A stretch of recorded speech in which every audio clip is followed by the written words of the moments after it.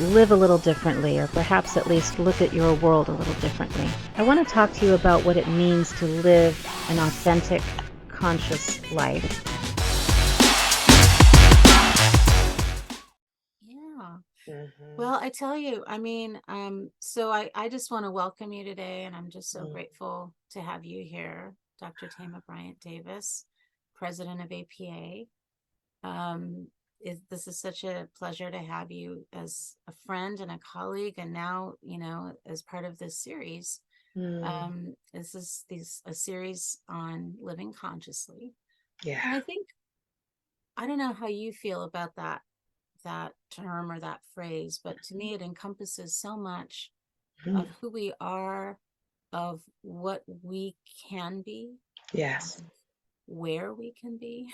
Mhm, And I wonder how you ground that mhm. phrase Yes. in your walk, in your life, and Right. also in your work.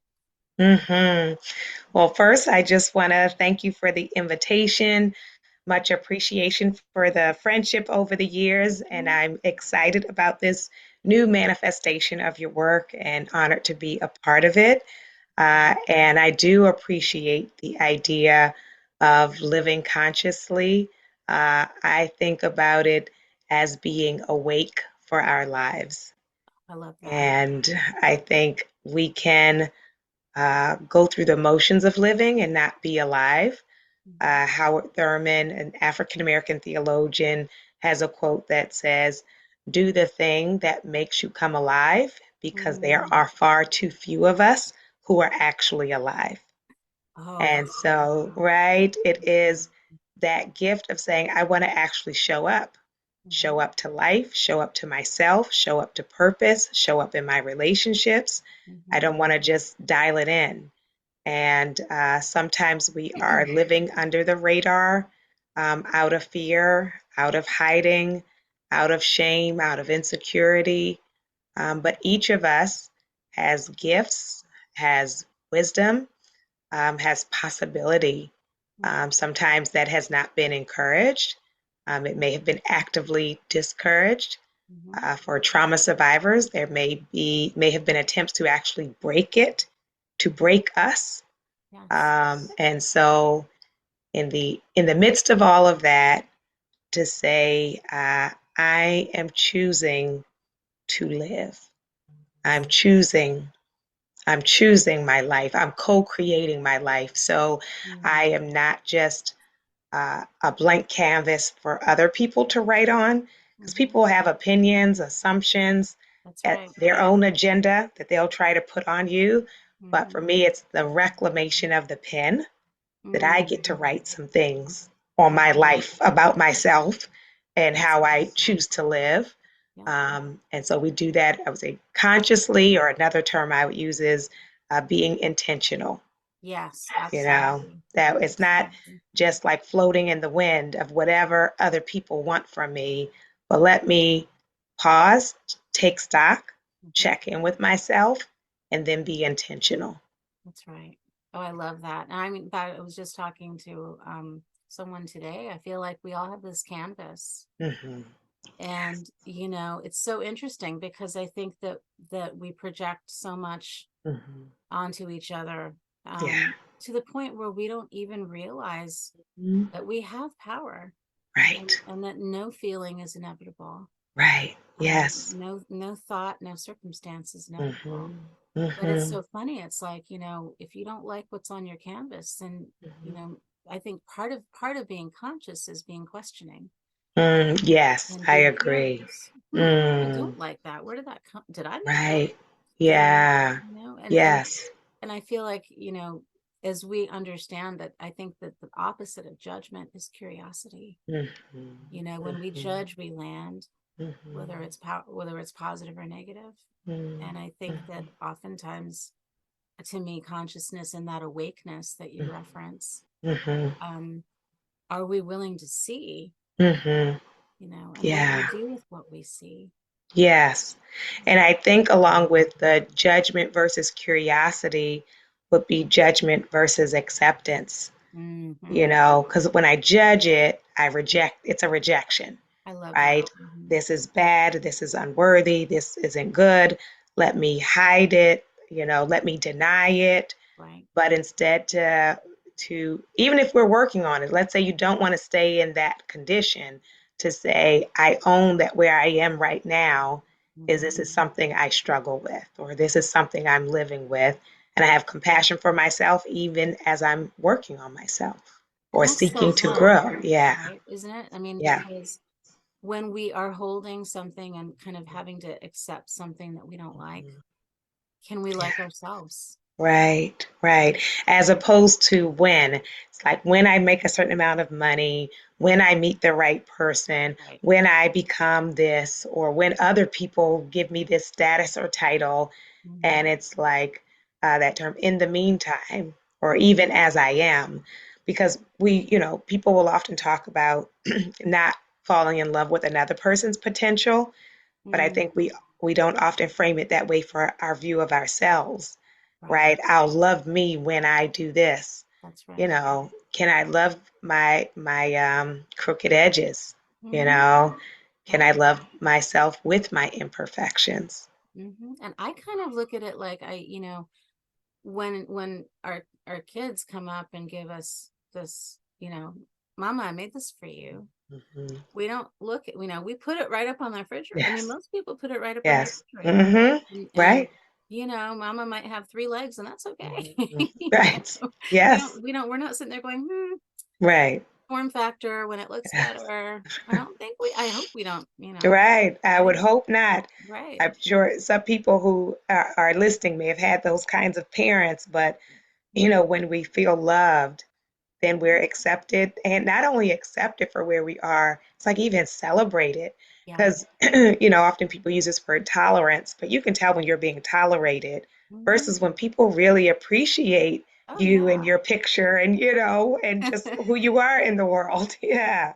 Yeah, I mean, it's such a powerful thing, acceptance and Mm. awakeness, being awake and then accepting. Yes. And I Yeah. often make the distinction between, you know, because I think that when we're living in this time, I think manifestation is a word that's used a lot now, Mhm. but I almost feel like people bite down the resistance, Mhm. and they think somehow, oh my god, if I acknowledge that there's this Mhm. negative, then that's I'm not going to manifest the kind of life I want, Mhm. or whatever. Mhm. And to me it's Mhm. like, no, because Yeah. it's already there, right? Yes. So to me it's kind of like, I kind of look at, I kind of distinguish between acceptance and resignation. Mhm. Acceptance does Mhm. not mean that you're Mhm. settling Right. oh, Right. this is the way it is, so it's all, therefore it's Mhm. always going to be this way. Mhm. Mhm. Living that life of resignation. But I think, Yes. Yes. acceptance is, yeah, like you said, it's for Mhm. now. This. Right. It's for now.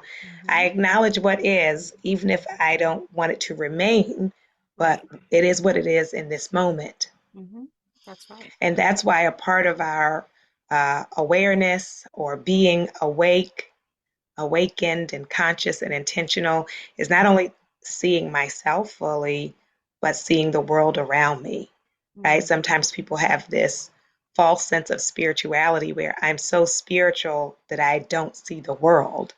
Right. But to really be uh, fully spiritual is not an absence of the world, right? Or the people or the conditions that are around me.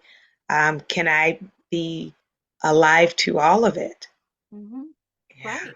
Because that, in part, I mean, that's really what it is to be human, Yes. right? Yes. I mean, to be connected. I mean, we are all spirit, mind, Mhm. body, Right. but can we be real Right. about owning all of that, Mhm. and Mhm. not feeling shame or limitation? Yes. Because to me, I think it's that is what it is to be human. Is Mhm. all of us, have hard times, limiting times, Yeah. limiting beliefs, but we also have that capacity to rise Mhm. above. Yes. Hmm. Yes. And that rising, the sentence I like to use is trauma affects you, but it doesn't define you. There you go. right? So, it lands, some of this stuff that comes our way, it lands and it can be sticky, so it has an impact, and that we are more than that, the impact of that. So that made a dent there, One right? of But the the one dent of is not the fullness of me. That's right, absolutely. Well, and one of the, I, as a trauma survivor myself, Yeah. the book that began my healing journey was I Know Why the Caged Bird Sings Yes. by Maya Yes. Angelou. And Right. one of my favorite quotes by her is, um, I will be affected by what happens to me, but I Mhm. refuse to be reduced by Yes, yes, it. I love that. Mhm. Not to be affected, but not reduced. That's right. Yeah.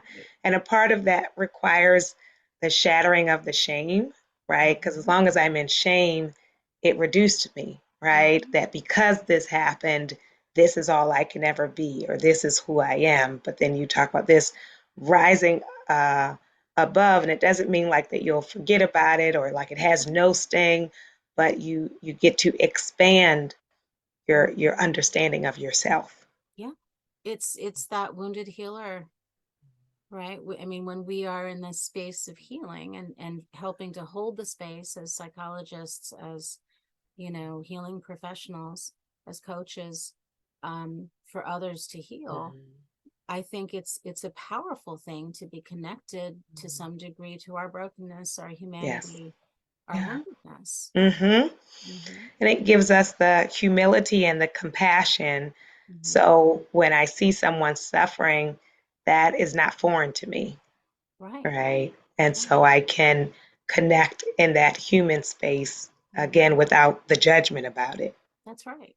That's right. Mhm. And I think I wonder now, for the people listening, one of the things that I am asked a lot is, um, what are the textures or the layers, in what we're talking about from the perspective of, intersectionality, from the perspective of being a woman of color, Mhm. being a Black Mhm. woman, being a brown woman. Mhm. Um, and I have women of color seek me out to Mhm. do work because there is this feeling of, you know, how do I navigate power? Mhm. And within that space, can you Mhm. speak to living consciously and how we Yes, sort of hold those tensions? right. So there are a couple of different layers, as you name textures. A piece of it is the awareness of the isms, Mm. right? So I'm aware when I am in a space and being seen through a lens based on racism, based on sexism, based on ageism, whatever, the isms that people are applying, and often the intersectional isms. But as you just named from the Maya Angelou quote, I won't be reduced by other people's stereotypes, Mm-hmm. right? So I'm aware, when I encounter someone who believes I am unworthy, Mm-hmm. who believes I can't be intelligent, who believes I cannot, be capable, I'm aware of that, but I don't let it put me in a defensive mode. I don't let it put me in the mode where I have to become argumentative. I don't let it put me in a mode where I come to believe what you believe about me, which is that internalized oppression. So there is the awareness, the consciousness of other people's limited beliefs as it relates to me, but that is not my truth. It Mm-hmm. is true that that exists, but that is not my ultimate truth. And then another texture of that is that there is more to culture than cultural oppression, right? There is a richness there. Mm-hmm. There is the heritage and history and culture and wisdom and healing arts. So that gives me another layer, meaning I am intentionally not only showing up with what I read in a book, Mm-hmm. right? But I'm also intentionally showing up with the gifting and the resources that come from my cultural heritage, Right. right? And I'm also showing up with the richness of my spirituality and letting those things be present in me at the same time, as Mhm. opposed to, I think when I was first starting off, it would shift based on the setting, Mhm. right? So if I was in a academic conference, then like I can only talk about that. Or if I'm in a faith-based space, then I can only talk about that, but not psychology. When I'm with artists, then I can only talk about that. So it was like this sense of like a divided self or a muted self. Mhm. And I think for me, the term I use is homecoming. As I come home to myself, then I allow the various aspects of me to be present at the same time. Oh, that's beautiful. Yeah. That's beautiful. Yeah, I mean, it's so interesting. I mean, I think when we consider the various, I kind of liken it to when you have a diamond or a gem. Mm-hmm. When do we really see it come alive? When we turn it in the light. Mm-hmm. That's when we see the facets. That's when we see the Mm-hmm. conclusions. That's when we Mm-hmm. see the wholeness of what that gem is. And Yeah. I think we don't do that enough with ourselves. Mm-hmm. There's so Mm-hmm. many facets to who we are and Yeah. how we can come alive. And I think I love that idea of homecoming. I love Mm. that. Yeah. And we're not just wandering unanchored, unrooted, Mhm. right? Because then you really are whatever people tell you you are in the moment, Right. right? So that home is like my home base is the truth, Yeah. right? The truth of who I am, the essence of who I am. Hmm. Yeah. That's right. I love that. And if we can do that, then we get Mhm. to from a space of being real, being awake, Yeah. being conscious, being Yeah. integrated, Hmm. we get to walk who we fully are. Right. That's Hmm. right. Hmm. And, when I am walking it, it's an invitation, an unspoken invitation for Hmm. other people to show up as their authentic self, Yeah. right? That it's Hmm. authenticity is contagious. That's right. So if you're in the presence of someone who is hidden and making it clear they're not comfortable, then often you will hold back. And because Right. the whole environment is not comfortable, right? Hmm. But when you have like someone in the room who unveils, Hmm. someone in the room who says something real, then it can shift the entire space to like, oh, we're being real here. Oh, okay. Oh, it's Yeah. okay. There's that, Right. you know, Right. we can breathe. Yes. Oh, good. Right. Okay. Right. Like, I can oh, take okay. this Like I didn't off know we because I'm were happy. really, Yes. Unmask, take the cape off. Now we could have like a real conversation. Yeah. No, I love that. Absolutely. And Mhm. I think especially today, can you Yes. speak to why that's important today? I mean, you're, Yes. the president of APA, you're out Hmm. in the community a lot. I know that your Right. heart is in the community. Yes. I know that. So, the Surgeon General issued a report on loneliness in the United States, Hmm. that even with all of this social media access, a lot of people still are feeling very much alone. And we can have social interactions and still be lonely. You Hmm. could be living with your family and still feel lonely. You could be at a party, a crowded party, and still feel alone. So it's not just quantity or presence, physical presence of people. Hmm. There is the desire, sometimes the fear, but ultimately the desire to be known, to be seen, to be heard, to be appreciated, to be loved. Yes. And that experience will not happen when I am faking, Hmm. because then you can't love me if I haven't shown you me, Right. right? Then I'm like, oh, of course you like me because this is a performance, right? Hmm. Or because I'm being this other person. Hmm. But in order to have genuine connection, a sense of actual belonging, I have to actually be present. Right. And so that's what many people are desiring, is for it to be real. Yeah. And there is an element of risk, Yes. right? Yeah. Because if I risk being myself, then I could actually be rejected. If I'm not being me, you don't like me. Oh, like that wasn't me anyway. Right. But if I am open and exposing or vulnerable or take the risk of like, this is really my heart, that isn't an open space for then now what are people going to say, which is why I have to be at home within myself because the truth is not everyone is going to like you. Right. Whether you're real or fake, not everybody's going to That's like right. you. Right. And so releasing the people pleasing, releasing the need for everyone to approve before I embrace the truth of me. And so to be okay with, the phrase people use is not being everyone's cup of tea, Right. you know? Right. So I'm a psychologist who's artsy, who's spiritual, who has done a lot of work focused on women and girls. Immediately, any of those things can make somebody say, "Oh, I don't like her," and that's Uh-huh. okay. That's right. That's all right. You don't That's have right. to. That's right. Mm-hmm. And what a Mm-hmm. lovely place to be where you can be Yes. relaxed and Right.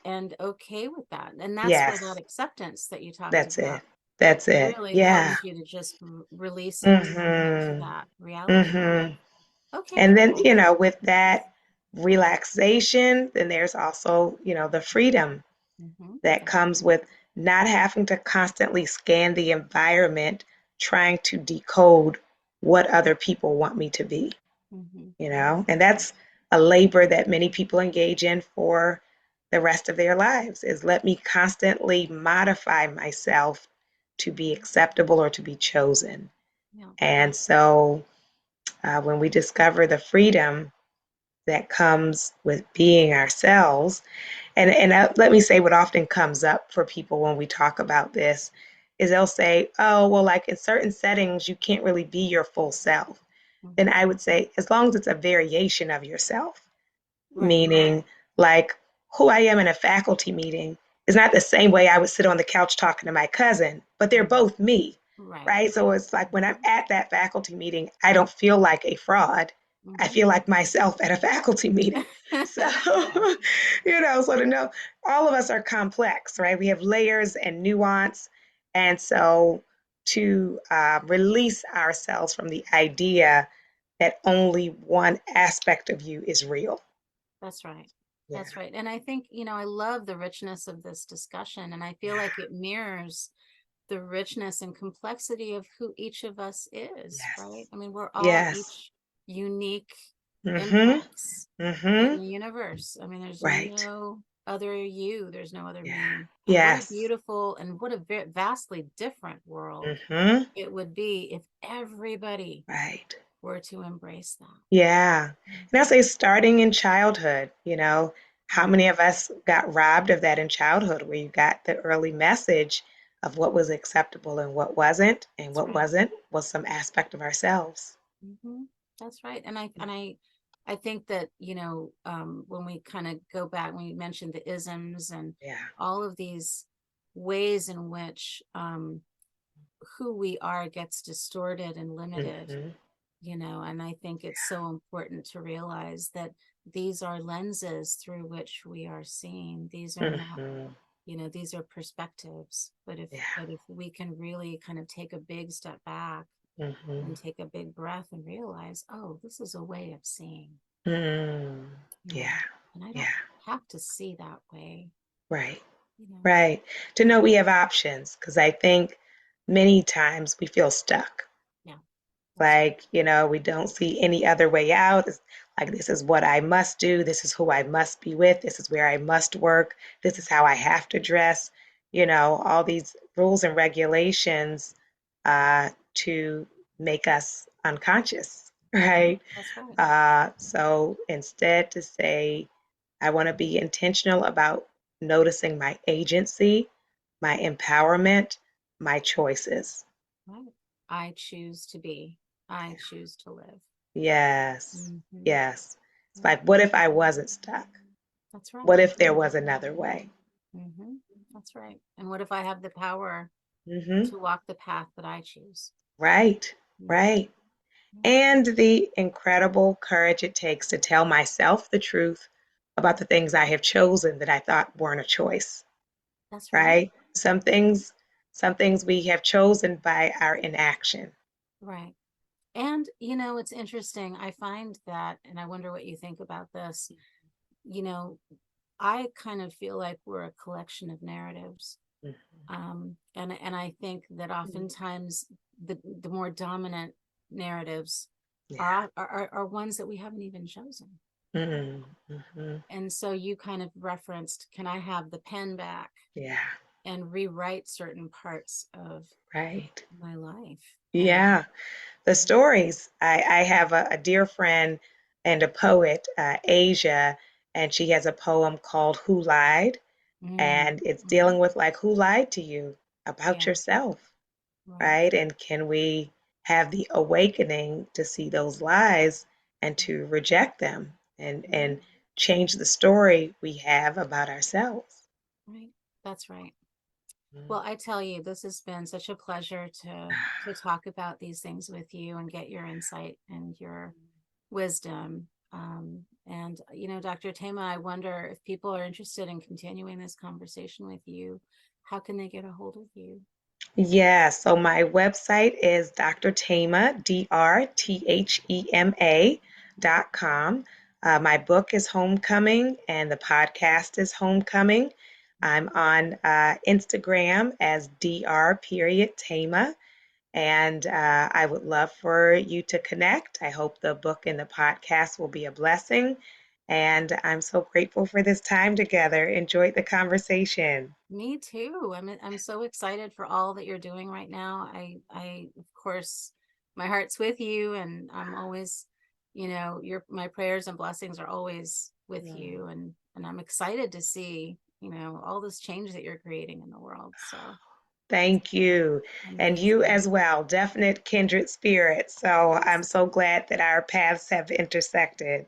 Me too. Me Yes. too. Grateful for this time together. And again, Dr. Thema Bryant-Davis, thank you so much for being my guest today. If you want to continue the conversation with me, my website is www.theconscious-life.com. And you can find me on YouTube at The Conscious Psychologist. And I would love to hear your thoughts and your comments about today's conversation.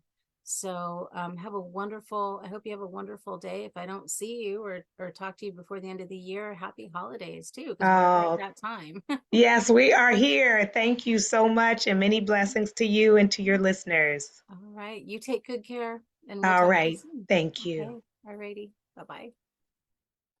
Hi, everyone. This is Dr. Indhushree Rajan, and I hope that you're enjoying this video. If you'd like to see more of this content, please like and subscribe to my YouTube channel, The Conscious Psychologist.